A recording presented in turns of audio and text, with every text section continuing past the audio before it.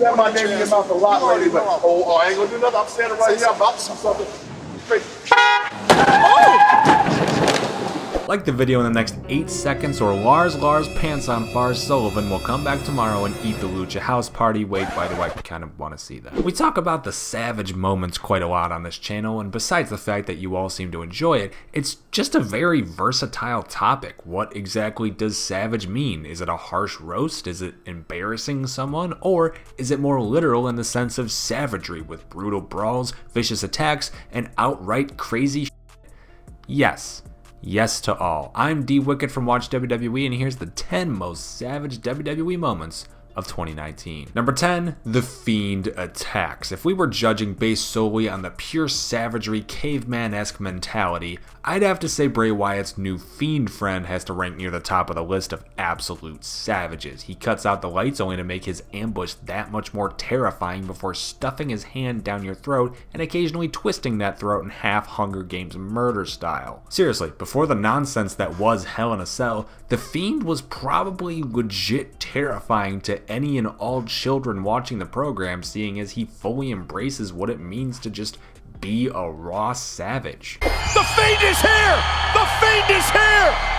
The Fiend with a mandible claw! Number 9, Bayley kills the buddies. No, screamed thousands of small children as Bayley took a pseudo-axe to the base of her flailing inflatable tube men pals. Wacky waving inflatable arm flailing tube man. Yes, that's right, we're talking about the new and improved Bayley 5000, or as I like to call her, those children's futures. Seriously, if NXT Bayley represented childhood innocence and the main roster Bayley so far has represented the disappointment that springs in the early teens, puberty, current Bayley must have just hit high school and found My Chemical Romance. In addition to a new look, Bayley also brought out a new attitude against Charlotte Flair, raising the Bayley buddies one final time before slaying the Beast Seth Rollins style. Rest in peace, Bayley buddies, the absolute menace she is.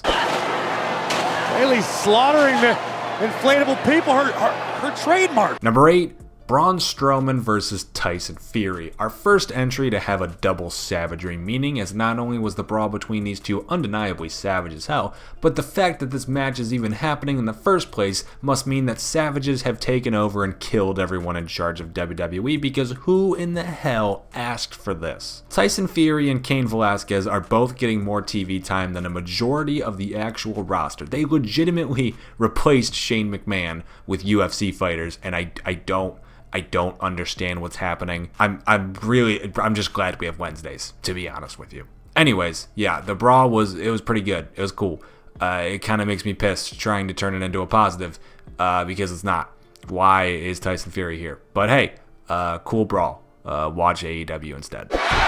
And Braun Strowman again, showing no fear in the face of Tyson Fury. Number 7, Rusev Is The Father. While Rusev may not be looking so hot on TV right about now, there is no question as to who is in the absolute worst position in the company today, and that's Mike Kanellis. After signing to WWE only to reveal his wife's pregnancy and inability to compete right away, the Kanellises decided to lock down their futures by signing fat 5-year contracts to WWE just a few months ago, before Maria revealed that she was pregnant again, once again leaving her out of active competition. After a pair of top-tier heists, WWE decided to make Mike look like an absolute idiot on an insane consistency, to the point where I'm genuinely sorry that he's going to be spending the next 4.5 years there when he's realistically going to spend it all trying to figure out who his kayfabe cuck daddy is. The real father of my unborn child is... Number 6, Bobby steals Lana, and if we have to figure out who number 2 to Mike is right now, all you had to do was watch on past Rusev's initial return, because with Lana noticeably absent, it should have been pretty obvious what was about to go down. We've talked about it plenty already, so I will not get too in depth, but this Raw had yet another one. We've talked about it plenty already, so I won't go too in depth, but this Raw had another. It had more Bobby and Lana action. It was a massage. I don't even want to talk about it, but I'll say this. Bobby Lashley got drafted to Raw, and just a few rounds later, Rusev also got drafted to Raw. Lana went undrafted, which means she can go wherever she damn well pleases, and my money's going on inside Bobby Lashley. Oh, cursed mental images. Let's move on from the savagery taking place inside my own goddamn mind. Please, thank you very much. How about I flip over? Number 5, Drake's lack of consummation. In all honesty, I could have just titled this entry Consummation, and you'd still all probably know exactly what I'm talking about, and that right there, ladies and gentlemen, is the power of Drake Maverick. His storyline over the last few months has revolved around R-Truth's 24/7 championship and his never-ending chase for that title. His uncannily hot wife has basically made the deal with Drake that if he can successfully hold on to said title belt, he'll finally be able to consummate the real-life recent marriage. How we didn't see the return of the Attitude Era coming in hindsight, I will never know. This has of course led to comedy gold left and right, with poor Drake left dry humping in the moonlight. Really? Really? Really? Absolutely. Yes! I'm gonna get it all with my wife! Woo! Oh. Number 4, Bork murders Kofi. I am so sorry, Kofi Kingston. You had a rocket strapped to your back from February all the way until WrestleMania and legitimately became the best babyface champion since what, Daniel Bryan in 2014? While his matches were never the best ones on the card, Kofi himself was a fantastic rep of the company and did all that he could to make his time with the title count. 6 months. He had an entire half of a year with that thing. And then Brock Lesnar popped up for the first SmackDown on Fox only to murder Kofi within legitimately 5 pissing seconds.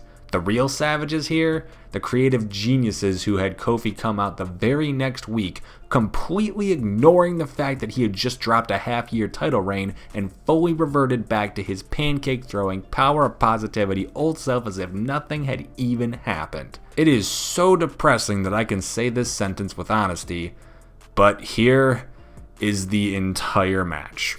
Break point available now, and Brock Lesnar quickly with Kofi Kingston, and an F5, and Number 3, Roman Reigns gets murdered. There's been a good few attempts to maim the big dog lately, and while Eric Rowan knocking a forklift into the set to try and crush him to death was one of the funniest shot segments this year, one of the most shocking was probably that car crash. Samoa Joe decided to meet Roman on his way to the building after hearing word that he was pulling up, and as Roman did pull up and started to make his way out of the door, he suddenly dived back inside the car, only for another car to come barreling down at full speed and smash directly into him. Obviously, it was stunted to hell and Roman was fine, but the fact that we straight up have a Who Ran Over Steve Austin storyline revived in 2019 is kind of crazy. You have my name in your mouth a lot lately, but I ain't gonna do nothing. I'm standing right here. I'm about to do something crazy.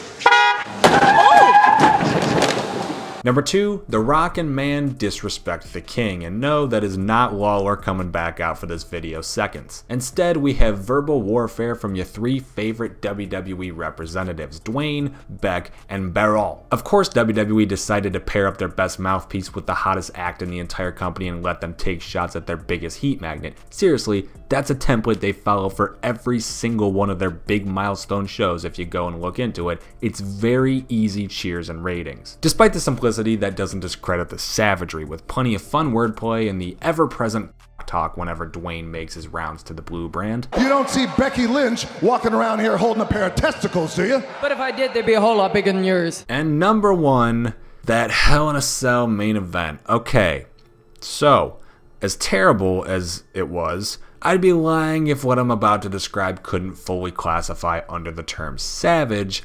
So here it goes. After weeks of terror-filled anticipation, Seth Rollins finally steps inside Hell in a Cell only to throw everything but the kitchen sink at this indestructible monster. Chairs, kendo sticks, curb stomp, curb stomp, curb stomp, curb stomp, a pedigree, and about a dozen more curb stomps, and you're telling me this f***ing masked lunatic is gonna kick out at 1?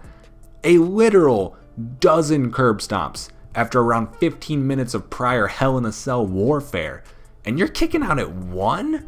That, as horrible as it was, is f***ing savage on both sides of the coin. no effect on him. Universal Champion is laying waste with the Fiend Bray Wyatt team. And those are the 10 most savage WWE moments of 2019. What are your thoughts? Let us know in the comments down below. If you like the video, subscribe to the channel, and notifications, ring that bell.